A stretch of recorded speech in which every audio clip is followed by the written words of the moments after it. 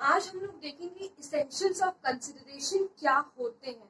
मतलब किसी भी कंसिडरेशन को वैलिड कंसिडरेशन बनाने के लिए हमें किन इसेंशियल्स की जरूरत पड़ती है।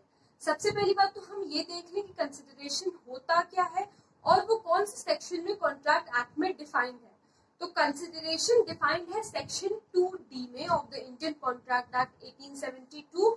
और कंसिडरेशन की डेफिनेशन ये है that when at the desire of the promisor, the promisee or any other person has done or abstained from doing, देखिए किसी इंसान को काम करने के लिए या ना करने के लिए कहना, और does और abstain का मतलब होता है रोकना, from doing or promises to do or abstain from doing something, such act or abstinence or promise is called consideration। कोई काम करने के लिए या ना करने के लिए किसी को कहना या किसी से प्रॉमिस करना, उसे हम कंसिडरेशन कहते हैं।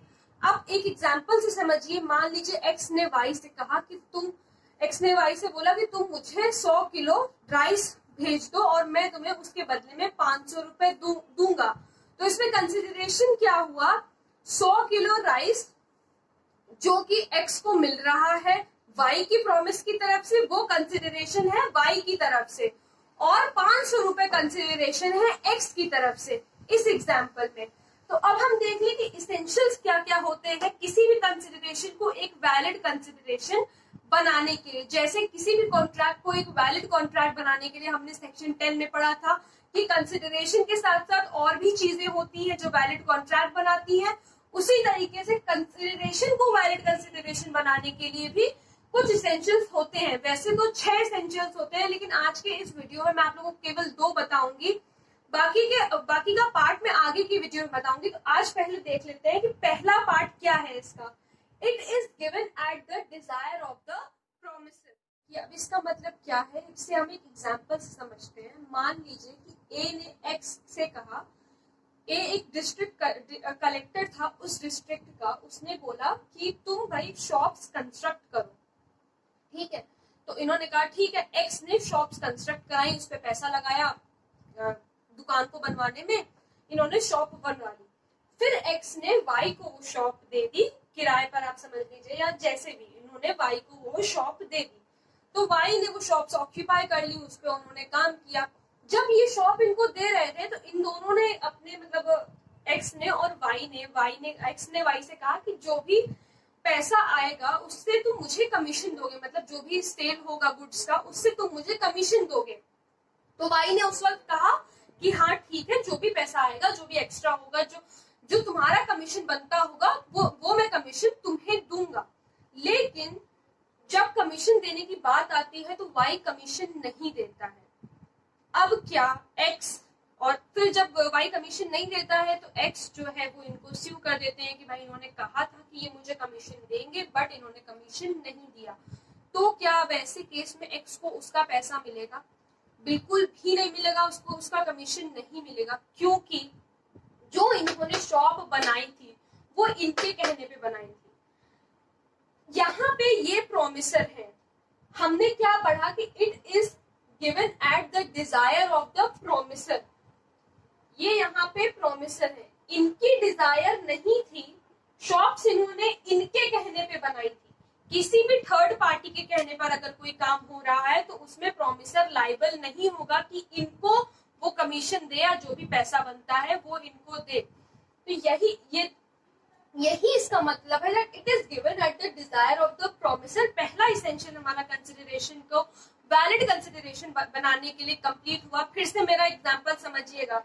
ए ने एक्स से कहा कि तुम शॉप्स कंस्ट्रक्ट करो, इन्होंने शॉप्स कंस्ट्रक्ट करी, इनको दे दी ऑक्यूपाई करने के लिए। फिर इन दोनों के बीच में बात हुई कि जो कमीशन भाई आएगा सेल्स से मैं वो तुम्हें दूंगा। लेकिन जब कमीशन देने की बात आती है तो ये नहीं देते हैं, तो एक्स इनको स्यू कर देते हैं कि इन्होंने कहा था कि कमीशन देंगे लेकिन इन्होंने नहीं दिया। तो कोर्ट ने ये हेल्ड किया कि तुमने जो शॉप्स कंस्ट्रक्ट करी थी वो इनके कहने पर करी थी, प्रोमिसर के कहने पर नहीं करी थी। अगर इन्होंने इनके कहने पर करी होती तो वाई लायबल होते, लेकिन इनके कहने पर नहीं करी थी, इसलिए वाई लायबल नहीं होंगे किसी भी तरह का कमीशन या पैसा देने के लिए। दूसरा एसेंशियल हम देख लेते हैं, it may move from any person. Consideration किसी भी पर्सन से हो सकता है। अब इसे हम एक केस लॉ से समझते हैं, बहुत ही फेमस केस है and leading case of this, Chinmaya versus रम्या।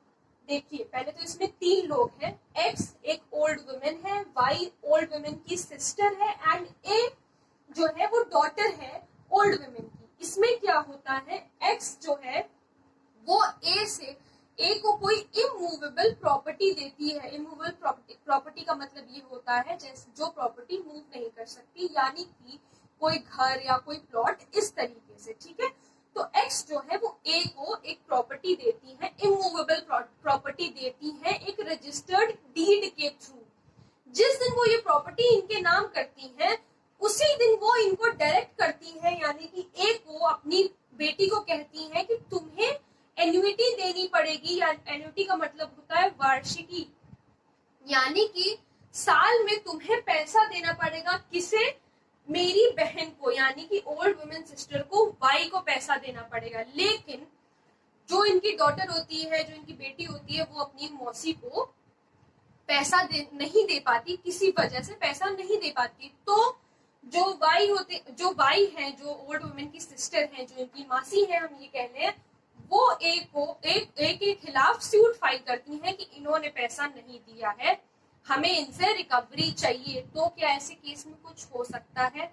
इसमें भाई ए डिफेंड करती है कि नहीं, हम मेरी तरफ से कोई, मतलब वाई की तरफ से कोई कंसिडरेशन नहीं था, तो मैं पैसा देने के लिए लायबल नहीं हूँ। क्या ये बात सही है? ये बात सही इसलिए नहीं है क्योंकि कोर्ट ने कुछ वर्ड कोट किए,